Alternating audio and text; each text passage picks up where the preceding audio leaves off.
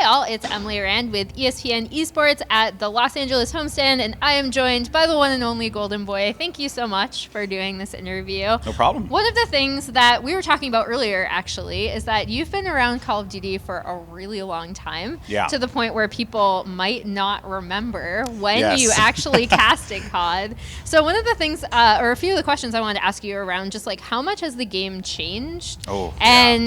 So we'll start with the game itself. Like, obviously, COD changes every year. How much has the infrastructure and everything around the game itself changed? Oh, I mean, it's leaps and bounds. When I was hosting and commentating, and by hosting, I mean actually running Call of Duty tournaments back in the day, you know, the landscape of it and what we were doing was like very different. I was actually doing and going through old VODs, and the last Call of Duty event that I casted was a $25,000 major tournament for UMG Dallas in 2014, which is wild because that event had Envy, FaZe, Optic Gaming, Optic Nation, Strictly Business, like all of the best teams in the game were at that event. So it just goes to show like how far all of this has gone, that now we're in a multi-million-dollar franchise league. We have, you know, the likes of the folks from Anbox and the Cronky Group and IGC and everyone coming in here throwing their investment and weight around. It's a whole different world, but it has been awesome to see it from the sidelines. You know, like I said, 2014 was the last time I casted,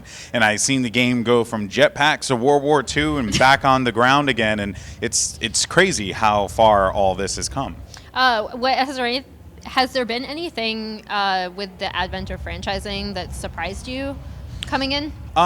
You know, not necessarily, because I saw it from Overwatch, right? So I saw what Overwatch was capable of doing with the franchise model, and having had the chance to go to like Philadelphia and host that homestand, Washington D.C., do the same thing there, and then even watching New York, you know, you get to see that fandom be created. I think that the part that I'm very interested in with Call of Duty is whether or not these teams in these markets can create that amount of fandom that is present or was present for the likes of former Optic Gaming, now Optic Gaming LA, right, or Chicago Huntsmen.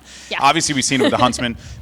We've seen that all the players that came from that Optic Gaming core roster, like they're still very popular. Dallas Empire for Crim, Karma in Seattle, and obviously the Huntsmen. But whether or not that can like extend beyond it, I think Minnesota Rockers probably like the one team that I would say is like gets the fans going. They're really surprising me because honestly, like Minnesota is such a small market, and I said this going in, like, and talking to the players, one of the things that they've brought up is like, you know, I never used to get cheers. It was always Optic, FaZe, maybe 100T, maybe E United.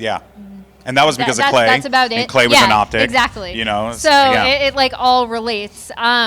What are the Rocker doing that have made them so successful? Because it's small market. Yes. Not any, like, I think their roster is really good, but like not any names that stand out. Well, the Call of Duty community reacts to winning, right? That's true. They do care about winners more so than anything else. That's why even here in LA, you have so many people wearing FaZe. Even though FaZe is a big brand, right, outside of the Atlanta FaZe, they are still the best team in the game right now. So because of that, they're naturally going to have fans that flock to them because Call of Duty community has always reacted to strong performing teams. Minnesota Rocker are one of those teams, but I also think too, because the market is so small, it allows them to be able to kind of just beat a fixture in Minnesota esports. It's not something that we would ever think to be said in an interview on ESPN talking about video games, but yeah, like clearly Minnesota has done something right, but I think it comes down also to the fact that their players are underdogs, quote unquote. They have clearly capture that audience, and they're only going to continue to get better. I think they're like a top 3 team. So going back to something that I've always appreciated about Call of Duty players is that once they get to a team, or once they get to, at this point, a franchised league, they have to do so much themselves, right? Like from the very beginning, like it's not like you have a solo queue ranked ladder. Like you have to put yourself out there. What do you think makes how does that affect Call of Duty and the players itself? And what do you think it is that makes COD such a special game? Well, firstly, to take a step back, I mean, Call of Duty has such a wonderful history, right?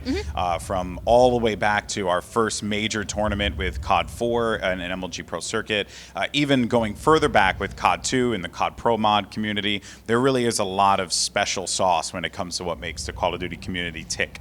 But I think, also the thing that I'm very excited for is how these teams are going to evolve these rosters.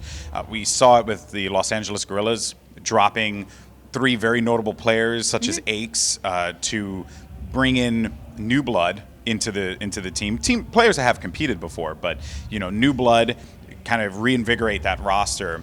That is going to be the difference maker for me for a lot of these teams, is how do they look at challengers and see how they can pluck talent from there? Who's doing the scouting? Because I'm walking around and I'm not seeing a lot of the teams walking around and observing. And I'm curious, we're not really getting broadcasts for challengers. So how do we know who's really performing? There could be a player that's stuck in a top 5 team, top 8 team in challengers that could actually be the next big thing, but because he can't seem to climb the ranks and get better teammates or whatever the case may be, he may never get that opportunity to shine. So curious to see how these teams are going to start doing scouting.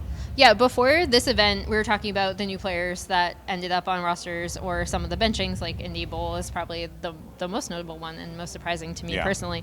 But what, like when you look at COD past, I think what we've seen, as you said, to your point, is we've seen people like plucking players off of maybe a team that didn't, like Reciprocity is a really good example, right? Yeah. Going into this year, a lot of their players, including Alex, who's playing right now, got picked up. How do you think teams can use challengers? Like you just said, you don't think they're using it as well as send scouts. They could be. I should be seeing scouts out there. I know that I think for a lot of these teams right now, they're really concerned about just getting the teams situated, getting everything nice and comfortable for all these squads, because it is a big change. They're living in their local markets. Most of them, they're embracing this lifestyle of traveling to events week in, week out. It's a different kind of thing. Even though we were doing this before with the Pro Circuit and the CWL, this is still a different mood and a different vibe. So I think because of that, eventually we're going to start to see these rosters begin to hire out individuals that are going to go out there and start scouting, looking for the talent. Perhaps the folks that, like Bobble, goes out there and starts scouting for the subliners, right? Like it's little things like that I think is going to take a little time to get to, but and then also what the other thing too is word of mouth, right? Word of mouth does go a long way. It'll continue to go a long way in Call of Duty. That will never change. And if these players start getting into like Pro 10s, then you'll begin to see the shift and the change. And then what team or player has impressed you the most thus far since franchising? Team or player? I would say GodRx on a Minnesota Rocker has probably been one of the most impressive players. I think the Rocker in general, I'm very bullish on the Rocker. I think they are a phenomenal roster with players that are known but nowhere near as popular as the likes of Scump or Crim or Clay or yada, yada, yada. So I think because of that roster has me very impressed. And I'm also liking what I'm seeing right now with the Seattle Surge. I actually think that the Surge are the changes they made are actually pretty solid. I think that they have a lot of potential. This is not going to be the event for them, in my opinion, but they will have. I think they will start to see a rebound as we go on. And then one final player that I'm going to give a shout out is my boy Frosty from the Florida Mutineers, because I'm a Halo boy. He's a Halo boy, so I got to give him all the love in the world. He's been stupendous, and again continues to show that Halo players set the benchmark for console esports. Just throwing it out there. Sorry to piss off so many people on the internet. Hey, I mean, I don't have hands, but when I did, the only game I was good at in FPS was Halo 2. So, there we go. Halo. Thank you so much for joining me today. All the best. And for more Call of Duty League coverage, keep it here on ESPN Esports.